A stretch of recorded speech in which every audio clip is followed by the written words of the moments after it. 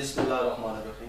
मैं हूं आपका मेज़बान राजा मुश्ताक। आप देख रहे हैं वॉइस ऑफ पाकिस्तान। नाज़रीन, आज के हमारे मेहमान इमरान हनीफ साहब। इमरान हनीफ साहब से आज हमारे मुख्तलिफ क्वेश्चन होंगे एज़ यूजुअल, और उनमें जो ख़ास आज का हमारा जो फोकस है वो है अमेरिका पे। As a super power America की बाकी ममालिक पे क्या रिस्पॉन्सिबिलिटीज़ हैं, क्या वो अपनी रिस्पॉन्सिबिलिटी पूरी कर रहा है या नहीं, और उसकी क्या क्या रिस्पॉन्सिबिलिटी है, ये सारी बातें जानेंगे आज इमरान हनीफ साहब। अस्सलाम वालेकुम। वालेकुम सलाम भाई साहब, क्या हाल है आपके? जी thank you so much Imran. जी इमरान साहब, बताइएगा कि अमेरिका की क्या रिस्पॉन्सिबिलिटीज़ हैं एज ए सुपर पावर के बाकी ममालिक पे, उसका कैसा होना चाहिए। और जो अभी पिछले दिनों में एक खबर जो है वो गर्दिश कर रही है कि इसने WHO का फंड जो है वो भी रोक दिया है। क्या इसके अलावा एक तो ये है, और दूसरा ये है कि थोड़ा सा इस पर मजीद मैं चाहूँगा कि डिटेल से ज़रा बताइएगा कि अमेरिका की basically as a super power बाकी ममालिक पे क्या रिस्पॉन्सिबिलिटीज़ हैं। सुपर पावर बनना कोई आसान काम नहीं है। अगर आप अपने आप को सुपर पावर कहते हैं, अगर एक किसी फैमिली का या किसी दुनिया का सरबराह कहते हैं, तो उसके साथ साथ जिम्मेदारियां भी आयद होती हैं। अमेरिका है तो सही सुपर पावर, लेकिन है कि पिछले कोई 10-15 साल से, जब से ये नई सदी 21वीं सदी शुरू हुई है, तो अमेरिका का रवैया जो है वो काफ़ी चेंज होता नज़र आ रहा है। जी अमेरिका अमर्ज हुआ दुनिया के नक्शे के ऊपर एक सुपर पावर के तौर पे बेसिकली सेकेंड वर्ल्ड वॉर के बाद। जब 1945 में जंग ख़त्म हुई तो उसके बाद जो है अमेरिका ने दूसरी जंग अज़ीम को थोड़ा लेटर स्टेज में ज्वाइन किया। और पहले जब 3-4 साल लड़ाई हो रही थी दूसरी जंग अज़ीम, तो वो जो है वो इसमें इंटरफेयर डायरेक्ट इतना ज़्यादा नहीं कर रहा था और अपने आप को बिल्ड कर रहा था, अपने आप को स्ट्रॉन्ग बना रहा था। और फिर आखिर का जो टाइम है जंग का, उसके अंदर उसने कूदा, और कूदने के बाद उसने जनाब सेकेंड वर्ल्ड वॉर का जो पलड़ा है अपने हक में, बरतानिया के हक में जो है वो पलट गया। तो हिटलर को शिकस्त हुई। उसके बाद से लेके अभी तक अमेरिका ने बहुत से अच्छे काम किए हैं, लेकिन उसके साथ साथ पिछले जो 20 साल हैं वो उसके लिए काफ़ी क्रिटिकल हैं। तो आज जो है मैं कोशिश करूँगा कि जो प्रेजेंट अमेरिका की हरकतें हैं, हरकत हैं, उनके हिसाब से बात करूँ, because it's a long history और मैं नहीं चाहता कि अपने नाजरीन को कुछ थोड़ा सा कंफ्यूज या करूँ। पिछले तकरीबन को 20 साल से हम देख रहे हैं कि जो चाइना जो है वो आस्ता आस्ता इमर्जिंग पावर बनता जा रहा है जी। और ग्रो करते करते अगर हम चाइना का इंडेक्स देखें तो उसके ऊपर इकोनॉमिक ग्रोथ के ऊपर पिछले 15 साल में काफ़ी नीचे था, और करते करते करते फास्टेस्ट ग्रोइंग पे आ जी। बिल्कुल, ये काफ़ी वरी की बात है अमेरिका के लिए, और इसी हिसाब से अमेरिका ने अपनी पॉलिसीज़ वगैरह भी काफ़ी सारी चेंज की हैं। ठीक है। जो वो पॉलिसी जो पहले दुनिया में ग्लोबलाइजेशन की पॉलिसी अपनाए हुए थे, उसका रिवर्स करने की कोशिश की जा रही है। प्रोटेक्शनिज्म, ये वो रिवर्स है ग्लोबलाइजेशन का। ग्लोबलाइजेशन की मैं नाज़रीन को समझाता चलूँ कि ग्लोबलाइजेशन जो है उसके अंदर जो कंपनियां थी लोकल थी वो नेशनल बनी, इंटरनेशनल हुई और ट्रांसनेशनल बनी। तो बड़ी बड़ी कंपनियां इस सेकेंड वर्ल्ड वॉर के बाद अमर्ज होके आई है, कैपिटलिस्ट विजन के हिसाब से आई कि पैसा कमाना है, तो वो एक्सपेंड किया। अब जब देखा कि ये पावर स्लाइड करके जो है दूसरी तरफ जा रही है, ईस्ट की तरफ जा रही है, और जो ना दूसरे मुल्कों की तरफ जा रही है, तो उस पॉलिसी को रिवर्स कर दिया, रोक दिया। आपने देखा होगा रिसेंटली कि पाबंदियां लगना शुरू हो गई, और स्पेशली चाइना और अमेरिका की जो है वो ट्रेड वॉर एक शुरू हुई है। लोग दुनिया देख रही है जिसके इम्पैक्ट में अरबों करोड़ों अरबों लोग जो है वो इसके वजह से मुतासर हुए हैं। बिल्कुल। और लोग परेशान हैं कि अभी क्या होगा फ्यूचर में। जब ये प्रेजेंट सदर ट्रंप जो है वो पावर में आए, उन्होंने बेसिकली ये एक बिजनेसमैन है और रियल एस्टेट के बिजनेस से इनका ताल्लुक रहा है और बड़े कामयाब बिजनेसमैन है। तो उन्होंने पॉलिटिक्स के अंदर आके भी पॉलिटिक्स को जो है ना मुल्कों को बिजनेस की तरह बिजनेस दिया। बिल्कुल सही है। सबसे पहला काम तो नॉट पहला काम, जो शुरू के इनिशियल बड़े बड़े काम उन्होंने किए, उसमें से सबसे पहले तो उन्होंने ईरान के साथ जो न्यूक्लियर डील थी उसको कैंसिल कर दिया जी, उसको रेक्टिफाई नहीं किया। जो है बड़ी इंटरेस्टिंग स्टोरी है इसकी भी, और इसके ऊपर भी काफ़ी डिस्कशन हो रही है दुनिया के अंदर। 8 मुल्कों ने मिलकर इस मुल्क डिस्कशन में हिस्सा लिया और 12 साल लगे इस मायदे में पहुंचने में। और 2015 में जो है ये वियना यूरोप के अंदर जो जगह है, जुलाई 2015 में ये मायदा जो है वो साइन हुआ जी। अब 2016 में जो है वो ट्रंप आ जाते हैं पावर में, तो उन्होंने आके, बिकॉज उन्होंने अपने पहले जब इलेक्शन लड़ रहे थे तो उसी में प्रीच करना शुरू कर दिया था कि मैं ये नहीं करूँगा क्योंकि उनकी जो स्पोर्टिंग लॉबी है वो इजरायली लॉबी है, तो डेफिनेटली उनको इसराइल के कहने के ऊपर उन्होंने ये डील कैंसिल कर दी जी। इस डील का जो एक्चुअल नेम है, जो प्रॉपरली जिसको प्रोनाउंस करते हैं, वो joint comprehensive plan of action JCPOA है। ये बेसिकली मायदा हुआ, ये यूनिलैटरली तौर पे विड्रॉ कर लिया उन्होंने, अमेरिका ने, और अक्टूबर 2017 में इसको जो है ना ख़त्म किया। इसके अंदर फ्रांस, जर्मनी, UK, इन तीनों मुल्कों ने, बड़े जो यूरोप के मुल्क हैं, इन तीनों ने अमेरिका को कन्विंस करने की कोशिश की, लेकिन अभी तक उसमें कामयाब नहीं हो सके। अमेरिका के और ईरान के जो ताल्लुकात हैं वो 1979 में जब ईरान में रेवोल्यूशन आई तो खमीनी ने कब्जा कर लिया और हुकूमत अपनी कायम कर ली, उस वक्त से ही काफ़ी ख़राब चल रहे हैं। उसके बाद से बहुत ज़्यादा एक्सट्रीम पे चले गए और शाह ईरान जो है, जो कि अमेरिका का एलाय समझा जाता था, वो उसको मुल्क से भागना पड़ा, उसको अमेरिका ने बचाया और अपने मुल्क में ले गए। तो उसके बाद से हालात ख़राब थे, फिर हॉस्टेज क्राइसिस हुए, उसके लिए अमेरिकन एम्बेसी के सीज की गई और उसके ऊपर एक ऑपरेशन हुआ, एक लंबी स्टोरी है।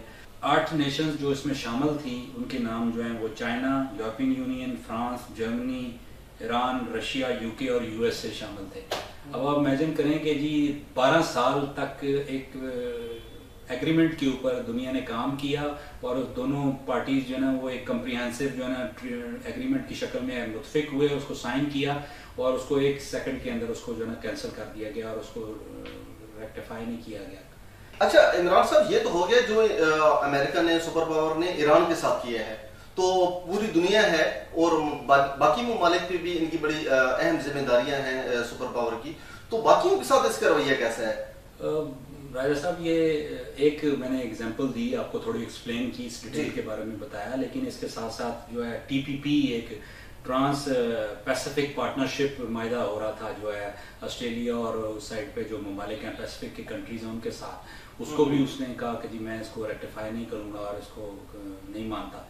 तो उसके अलावा WHO की फंडिंग, जैसे कि आपने जिक्र किया रिसेंटली, जो है ना 400 मिलियन जो है वो ख़त्म कर दी। जी बिल्कुल। तो अपनी जिम्मेदारियां जो है एज अ सुपर पावर जो अमेरिका के ऊपर हैं वो उससे नजरें चुरा रहा है, क्योंकि इकोनॉमिकली बहुत बड़ा क्रंच आता जा रहा है, महदूद करता जा रहा है। अब इसके अलावा एक और बड़ा मसला जो है अमेरिका का चल रहा है उन यूरोपियन मुल्कों के साथ। नेटो का नाम आपने सुना होगा। नेटो जो कि नॉर्थ अटलांटिक ट्रीटी ऑर्गेनाइजेशन है, जिसके अंदर अमेरिका, नॉर्थ अमेरिका प्राइमरीली और यूरोप जो है वो इसके पार्टनर हैं और तकरीबन 29-30 के करीब इसके मुल्क मेंबर हैं। जी, और पिछले 2014 में इन्होंने सब ने मिलकर मीटिंग हुई और उसके अंदर एग्री किया गया कि इसका बजट जो है ना वो इन्हांस किया जाए और पिछले 4-5 साल में इसका बजट डबल से भी ज़्यादा हो गया जी।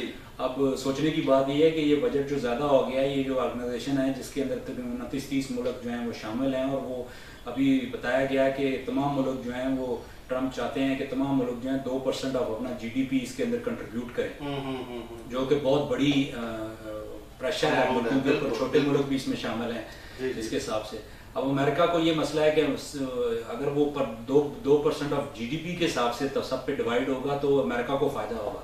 इस वक्त अमेरिका का जो मिलिट्री बजट है लास्ट ईयर की अगर हम बात करें तो तकरीबन 693 बिलियन US$ है, जो कि बहुत बड़ा है, बाय फार बाकी तमाम दुनिया के मुल्कों से बहुत ज़्यादा है ये बजट। और अकेला अमेरिका जो है वो एक तरफ है और बाकी दुनिया जो है दूसरी तरफ है, ऑलमोस्ट ये सिस्टम है। तो उसका जो अगर इस वक्त वो 3.4% ऑफ GDP जो है अपना जो है उसको दे रहा है और वो चाहता है कि इसका रिड्यूस करे इसके अंदर, क्योंकि ये बेसिकली जो ऑर्गेनाइजेशन है ये बनाई गई थी तमाम मुल्कों के सेकेंड वर्ल्ड वॉर के बाद 1949 में इसका अमल आया। और आजकल जो है वो इसके जो सेक्रेटरी जनरल हैं, जो कमांडर हैं, वो नॉर्वे के हैं, प्राइम मिनिस्टर रहे हैं नॉर्वे के पहले, और एथियस्ट आदमी हैं। बेसिकली एथियस्ट का मतलब ये है कि वो किसी रिलीजन पे बिलीव नहीं करते, वो कहते हैं गॉड ज़रूर है किसी न किसी शक्ल में, लेकिन है कि पता नहीं एग्जिस्ट करता है कि नहीं करता। तो ये जो है एथियज्म है, जो ये जो है यूरोप अमेरिका के अंदर, वेस्ट के अंदर और बहुत सारी दुनिया के ममालिक के अंदर बड़ी तेजी के साथ जो है ये रिलीजन फैल रहा है। वो लोग जो अपने माँ बाप उनके किसी मजहब से ताल्लुक़ रखते थे, लेकिन अभी उनके जो बच्चे पैदा हो रहे हैं वो क्योंकि रिलीजन की वजह से इस दुनिया में बहुत जंगें हुई, बिल्कुल। इस मजहब के नाम के ऊपर कत्लो गारत बहुत ज्यादा हुई। आप अगर इंग्लैंड की हिस्ट्री देख लें तो इंग्लैंड के अंदर जो है ना वो बादशाहों ने मजहब के नाम के ऊपर, क्रिश्चियनिटी के नाम के ऊपर और बाकी चीज़ों के नाम के ऊपर काफ़ी मारदाड़ हुई। बिल्कुल बिल्कुल। तो ये जो है लोग थोड़े से इससे जोड़े भाग रहे हैं रिलीजन से, और वो जो है ना वो कहते हैं एथियज्म की तरफ जाओ। अच्छा इमरान हनीफ साहब, ये जो टर्की है ये भी नेटो का मेंबर है? जी बिल्कुल, टर्की जो है नेटो का मेंबर है और बड़ा तकड़ा मेंबर है। और टर्की जो है इकोनॉमिकली बहुत स्ट्रांग है। यूरोप के अंदर इससे बहुत सारे छोटे ममालिक भी हैं, और टर्की की जो मिलिट्री है वो बड़ी ताकतवर मिलिट्री है। और टर्की एक जो है ना पिछले 15-20 साल के अंदर तैयब एर्दोगान जो उनके प्रेसिडेंट हैं, उनकी रहनुमाई में, उनकी गाइडेंस में एक बहुत स्ट्रांग मुल्क बन के उभर रहा है और उभरेगा। और स्पेशली जब 2023 की बात हो रही है, जिसमें जो एक मायदा है जो सेकेंड वर्ल्ड वॉर के बाद जो किया गया था, वो मायदा जब जो है ख़त्म हो जाएगा तो उसके बाद बहुत सारी जो रिस्ट्रिक्शंस हैं, जो पाबंदियां लगी थी टर्की के ऊपर, वो भी उसकी वजह से और बहुत सारा फायदा होगा। बिल्कुल बिल्कुल बिल्कुल ऐसी। अच्छा इमरान हनीफ साहब, ये बताइएगा कि ये जो नेटो के मेंबर हैं, इनकी अपनी आर्मी नहीं होती? अपनी आर्मी तो होती है, हर मुल्क की अपनी आर्मी। अच्छा, हर मुल्क की होती है, लेकिन ये जो है ना सब मिल के कंट्रीब्यूट करते हैं। ठीक है। कंट्रीब्यूट किस चीज में करते हैं? नेटो की फंडिंग जो है, सबसे पहले तो खर्चे का मसला होता है, फाइनेंस का मसला होता है, तो सब इसमें कंट्रीब्यूट करते हैं सब मुल्क इसे, बिकॉज ये इस मायदे के तहत अगर एक मुल्क के ऊपर भी, एक अलाय के ऊपर भी हमला किया जाए तो वो तमाम के ऊपर, बाकियों के ऊपर भी हमला तसव्वुर किया जाएगा। तो इसलिए एक दूसरे की सपोर्ट के लिए, अपनी हिफाजत के लिए ये लोग पे करते हैं। ठीक, मैं आपको बताता हूँ कि जैसे मैंने पहले बताया कि 2% ऑफ द जीडीपी जो है वो टारगेट है, और 2024 तक ये अचीव करना चाहते हैं। अभी तक सारे मुल्क, सिर्फ मेरे ख्याल 5-6 मुल्क ऐसे हैं जो 2% जीडीपी का दे रहे हैं, जिसमें बड़े मुल्क हैं। लेकिन बाकी जो छोटे मुल्क हैं 24-25 के करीब, वो जो है ना अभी तक इतना नहीं है उनका बजट कि वो 2% अपना जीडीपी दें। अच्छा, ये 2% जीडीपी तो इमरान हनीफ साहब ये बड़ी ह्यूज अमाउंट नहीं?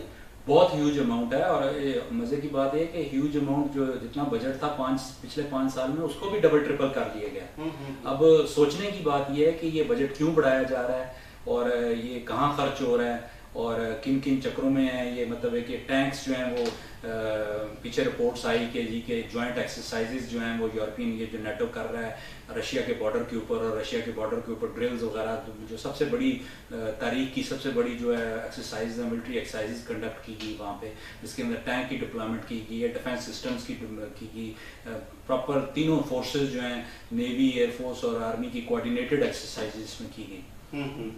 अभी इसके अंदर जो है ना ये अदारे ने अच्छे काम भी किए हैं, इसमें कोई शक नहीं है कि बोस्निया और कोसोवो के अंदर जो है ना नेटो ने इंटरवीन किया, अपनी फोर्सेस भेजी और वहाँ पे जो खूनरेजी थी उसको ख़त्म करने में काफ़ी अहम किरदार अदा किया। अफगानिस्तान के अंदर नेटो जो है वो जब अमेरिका आया तो अमेरिका जो है ना इनके बगैर तो नहीं आ सकता था। मोर देन 36-7 कंट्रीज़ जो है वो अफगानिस्तान के अंदर लड़ रहे थे। तमाम ने अपनी अपनी फ़ौजें थोड़ी अपने हिसाब से, किसी की थोड़ी थी किसी की ज़्यादा थी। जो मेजर कंट्रीब्यूटर अफगानिस्तान में थे वो अमेरिकन और ब्रिटिश ट्रुप्स थे। ठीक है।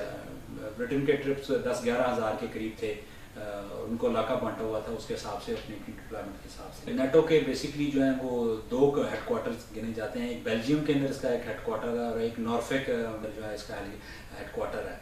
तो अमेरिका जो है ना वो चाहता है कि इसकी फंडिंग में से जो है ना जो ज़्यादा कंट्रीब्यूट कर रहा था, बिकॉज वो सुपर पावर था, अभी वो कह रहे हैं कि हम ज़्यादा पे कर रहे हैं, बाकी मुल्कों को भी फेयर शेयर देना चाहिए। और उसके ऊपर नेटो ने, मज़े की बात है कि प्रेशर डालने की वजह से काफ़ी सारे बिलियंस जो हैं वो अमेरिका के सलूट कर दिए, कट कर दिए। अच्छा। जिसका क्लेम जो है वो प्रेसिडेंट ट्रंप जो है अपनी स्पीचेस के अंदर भी लेते हैं और बताते हैं दुनिया को कि जी मैंने जो है ना वो यूरोप को जो है ना आंखें दिखाई और वो आंखें दिखाने की वजह से जो है मैंने बजट को जो है ना कम करा लिया। अगर आप इसके ऊपर आर्टिकल्स पढ़ें और स्टोरीज पढ़ें तो उसके ऊपर काफ़ी आपको खबरें मिलेंगी मज़ेदार किस्म की। इमरान साहब, आई थिंक कि आपने भी इस पे कोई आर्टिकल लिखा है? नहीं, मैं इसके ऊपर थोड़ी रिसर्च की है। ये मेरे जब मैं अपनी किताब लिख रहा था तो उस दौरान में मैंने 4 साल में काफ़ी रिसर्च की, और रिसर्च करने की वजह से मुझे काफ़ी सारी चीज़ों का पता चला, नॉलेज पता चला।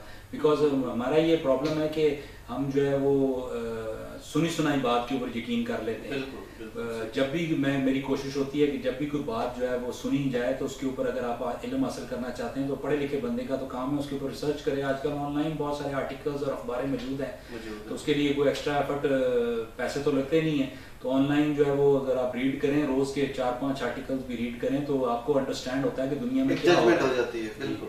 अच्छा इमरान हनीफ साहब, ये जो ग्लोबल वार्मिंग है इस पे आपका क्या एक्सपीरियंस है कि ग्लोबल वार्मिंग पे ये जो आने वाले दिनों में पोल्यूशन की वजह से, गैसेस की वजह से, तो इसमें आप क्या समझते हैं कि ये इन फ्यूचर इसमें कोई अमेरिका जो है ये एज ए सुपर पावर इसमें कोई इंटरवेल करेगा?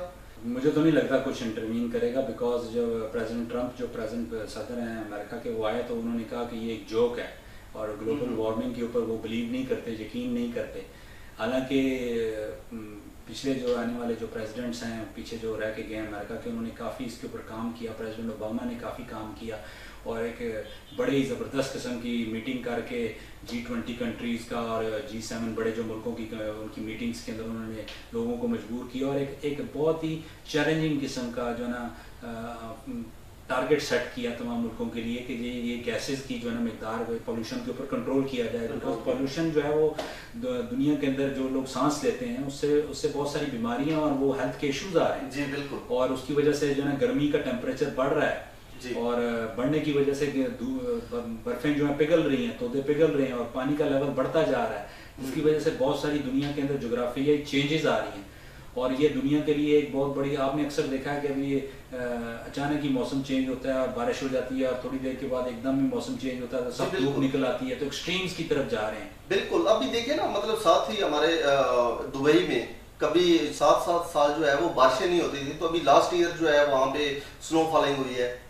तो इस तरह मतलब मौसमों में वैसे भी आई थिंक ये चेंजिंग आती जा रही है बड़ी तेजी के साथ। बड़ी तेजी के साथ चेंजेस आ रही हैं और हम देख रहे हैं दुनिया के अंदर नजर आते हुए बर्फें, डेजर्ट के अंदर बर्फ का पड़ना, ओलों का पड़ना, सऊदी अरब के अंदर आपने देखा। जी बिल्कुल। अरब मुल्क जो है, जो रेगिस्तान है वो बेसिकली जो है ना हरे होने जा रहे हैं और जो ऑलरेडी हरी जगह है, जो पहाड़ हैं वो रेगिस्तान बनने की तरफ जा रहे हैं। तो दुनिया के अंदर तब्दीली आ रही है। अच्छा।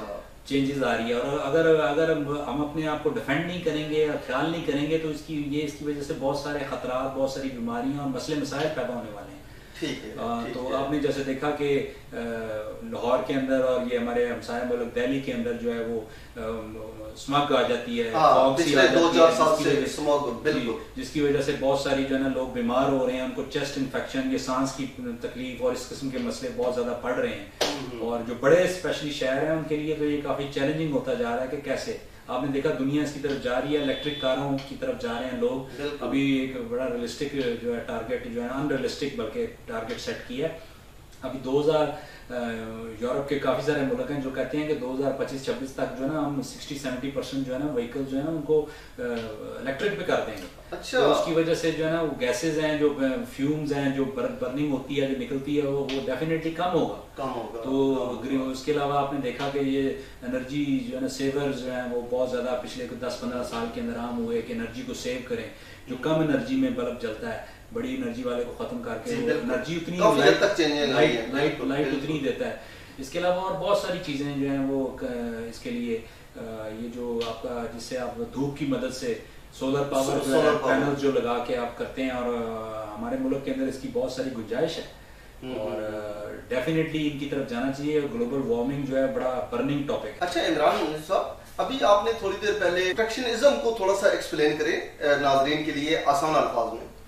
प्रोटेक्शनिज्म जो है वो मैं आपको इसके ऊपर एक बड़ा इंटरेस्टिंग जो है वो वाक़या सुना सकता हूँ जो कि मेरे साथ हुआ।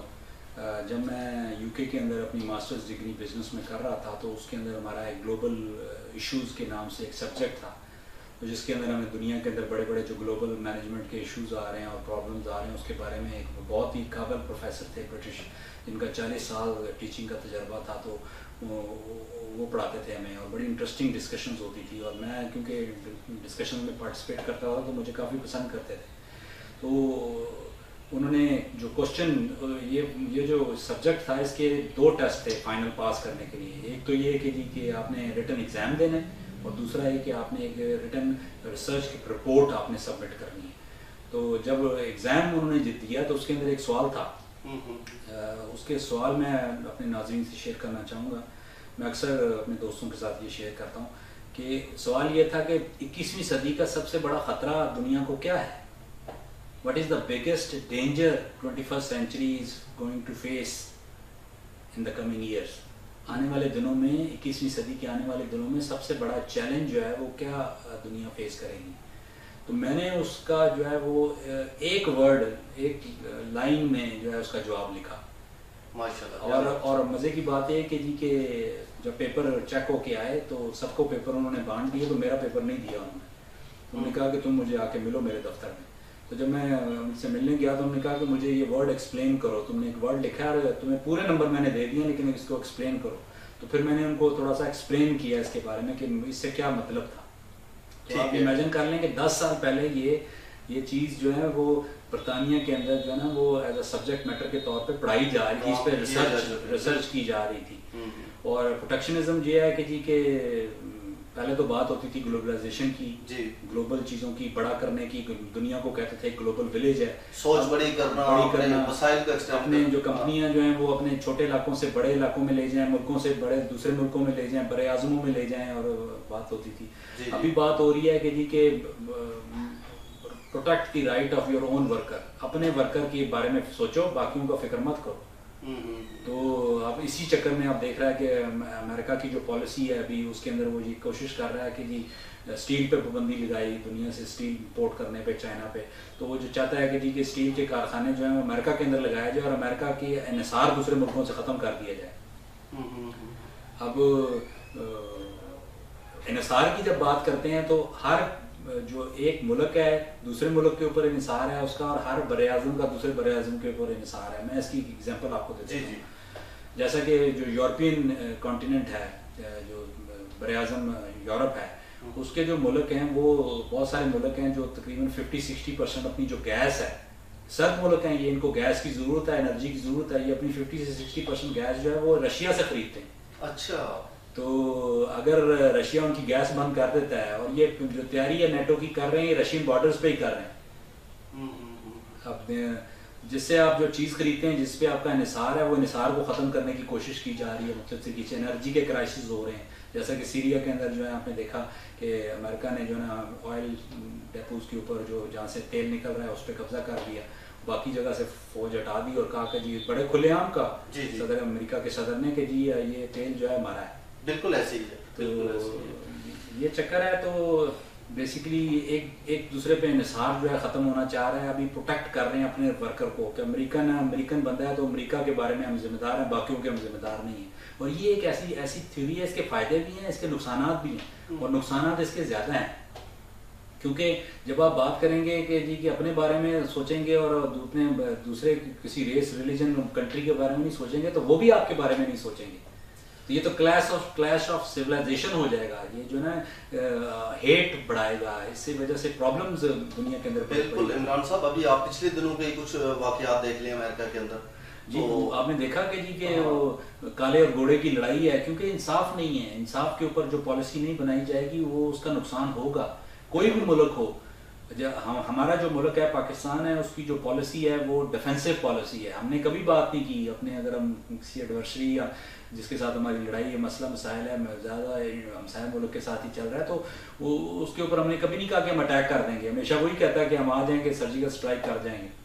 बिल्कुल ऐसे है कि पाकिस्तान बिलीव करता है कि पीस एंड इक्वालिटी के लिए, पीस के लिए प्रीच करता है, और वो कहता है कि जी के पीसफुल होके रहें, मिलजुल के रहें। हमारे प्राइम मिनिस्टर साहब ने 2-3 दफ़ा जो ऑफर की इंडियन गवर्नमेंट को, आए टेबल पे बैठे हैं, मसले का हल करें। अल्टीमेटली बड़ी ढिठाई का मुजाहरा कर रही थी बिल्कुल इस वक्त मोदी सरकार। अल्टीमेटली आपने देखना है कि जी के जब भी कोई गांव में कोई वकूआ होता है, कोई वाकया होता है या मसला होता है, या दो पार्टीज आपस में लड़ते हैं, तो पुलिस कंप्लेंट के बाद भी बहुत सारे मसले, ज़्यादातर मसले तो वो जो है वो आउट ऑफ कोर्ट या कचहरी में सेटल होते हैं, पंचायत में सेटल होते हैं। अल्टीमेटली नुकसान करने के बाद भी आपने बैठ के मसले का हल करना होता है। तो इससे बेहतर नहीं है कि आप पहले ही ये मसले का हल करें। इमरान साहब, मेरे ख्याल में कि कोई ऐसी लड़ाई नहीं होती दुनिया में या घर में या मोहल्ले में या सिटी में जो उसका हल जो है ना वो मेरे ख्याल में बैठ के ही निकलता है। लड़ाई दर लड़ाई अगर करते जाएंगे तो डेफिनेटली ये नफरत जो है वो बढ़ती जाएगी। जी इमरान साहब, आपने बात की ग्लोबल वार्मिंग पे, इसके अलावा आपने बात की नेटो पे, आपने बात की TPP पे, और इसके अलावा मुख्तलिफ हमने आपसे बड़ी डिटेल में सारी बातें पूछी और आपने माशाल्लाह बड़ी डिटेल में बताई। अभी ये बात वैसे तो किसी पामिस्ट से करनी चाहिए कि तो आपसे मतलब ये बात तो एक नजूमी वाली हो जाती है, लेकिन आपको माशाल्लाह जितना मैं देख रहा हूँ कि आपकी कितनी डेप्थ है और आप कितना ब्रीक बीनियों से इन चीज़ों को निकाल के लाते हैं। तो इस चीज़ को मद्देनजर रखते हुए मेरा आपसे जो क्वेश्चन है, आप मुझे बताइएगा कि इन फ्यूचर ये वाला खिता है, इसमें क्या चेंजिंग होने जा रही है? बेसिकली चेंजेस तो सारी दुनिया में ही हैं। कुछ लोग बातें कर रहे हैं, कुछ मैगजीन्स हैं दुनिया के जिन्होंने जो है वो नया नक्शा जो है वो इशू कर दिया है और बहुत सारी बातें हो रही हैं। जितने मुंह उतनी बातें की बात हो रही है। जी जी। असल चीज़ तो अल्लाह ताला को ही पता है कि क्या होगा, लेकिन है कि बेसिकली ये है कि जी साउथ चाइना सी जो है वो काफ़ी गर्म हो रहा है, उसके अंदर काफ़ी एक्टिविटी है और इंडिया को जो है ना वो इक्विप्ड किया जा रहा है, चाइना के ख़िलाफ़ खड़ा किया जा रहा है, पाकिस्तान के ख़िलाफ़ खड़ा किया जा रहा है। तो बेसिकली एक किस्म की ऐसे हालात पैदा किए जा रहे हैं जिसकी वजह से ये खिता जो है डिस्टर्ब हो, और जब डिस्टर्ब होगा तो डेफिनेटली दो बड़े जो जंग में चाइना और अमेरिका जो जंग में हैं, जिनकी असल सर जंग की हम बात करते हैं, तो बेसिकली अल्टीमेटली वो दो हाथियों की लड़ाई है। बिल्कुल। लेकिन हाथियों की लड़ाई के अंदर जो है वो छोटे मुल्क को किसी एक साइड लेनी पड़ती है और इस साइड्स की वजह से किसी का फ़ायदा होता है, किसी का नुकसान होता है। तो सीपैक को डिस्टर्ब करने की कोशिश की जा रही है। ईरान के साथ जो है ना वो हालात ख़राब हैं कि ईरान के साथ लोग पूछते हैं कि क्या वजह है, तो वजह ये अमेरिका की कोई इतनी ख़ास वजह नहीं है, लेकिन इसके अंदर जो है ना Iran poses a big threat to Israel, जो है वो इजराइल को इससे डर है कि ये न्यूक्लियर पावर ना बन जाए और हमारे करीब है, और इसकी वजह से डर की वजह से जो है बिल्कुल जी, ईरान की काफ़ी स्ट्रॉन्ग मिलिट्री है और बड़ा स्ट्रॉन्ग मुल्क है। बस ये 2023 में जो फर्स्ट वर्ल्ड वॉर के बाद जो 100 साल मायदा किया गया था, जिसके तहत जो है वो सऊदी अरब में भी अल सऊद की हुकूमत इंस्टॉल की गई थी और बहुत सारी पाबंदियाँ जो तुर्की पे लगाई गई थी, ये इससे होने से पहले काफ़ी सारी तब्दीलियाँ एक्सपेक्टेड हैं और काफ़ी गेमी है दुनिया की पॉलिटिक्स के ऊपर। अच्छा, ये मतलब कब तक एक्सपेक्टेड है ये जो बड़े चेंजिंग होने जा रहे हैं आपके ख्याल में? मेरा जो पर्सनल ख्याल है कि जी अभी जो है 4-5 महीने इलेक्शन में रह गए हैं, अमेरिका के इलेक्शन में, और ट्रम्प जो है ना वो इलेक्शन से जीतने के उसने जीतना है, वो नहीं चाहेगा कि उससे पहले जो है ना हालात इतने ज़्यादा ख़राब हो जाएं कि वो बिल्कुल ही जीत ही ना सके और जो है ना दुनिया को तबाही के दायने की तरफ ले जाए। तो नवंबर-दिसंबर में जो रिजल्ट निकलता है उसके बाद जो है ना अगर ट्रम्प दोबारा आ जाते हैं तो फिर बेसिकली जो है ना अपनी पॉलिसीज़ जो हैं, जो उन्होंने एक्सट्रीमिस्ट किस्म की थोड़ी सी पॉलिसीज़ जो हैं स्टार्ट की हुई हैं, और सिर्फ जो है ना एक मुल्क या एक बरे-आज़म के ख़िलाफ़ नहीं, ओवरऑल दुनिया के अंदर जो की हुई है, और प्रोटेक्शनिज्म की बात करते हैं और प्रोटेक्शनिज्म पॉलिसीज़ पे चल रहे हैं, तो वो जो है उसका अगर वो सर्कल जो है वो चलाई रखते हैं और रुकता नहीं है तो डेफिनेटली फिर जो है ना हल्ला गुल्ला होगा। जी बिल्कुल बिल्कुल। जी thank you so much Imran Hanif Sahab, आपसे बड़ी डिटेल में बातचीत हुई। नाजरीन आपका भी बहुत शुक्रिया, आपने हमारी वीडियो देखी, और इन्हीं अल्फाज के साथ राजा मुश्ताक और इमरान हनीफ साहब को इजाज़त, मिलते हैं एक नई वीडियो के साथ। पाकिस्तान जिंदाबाद।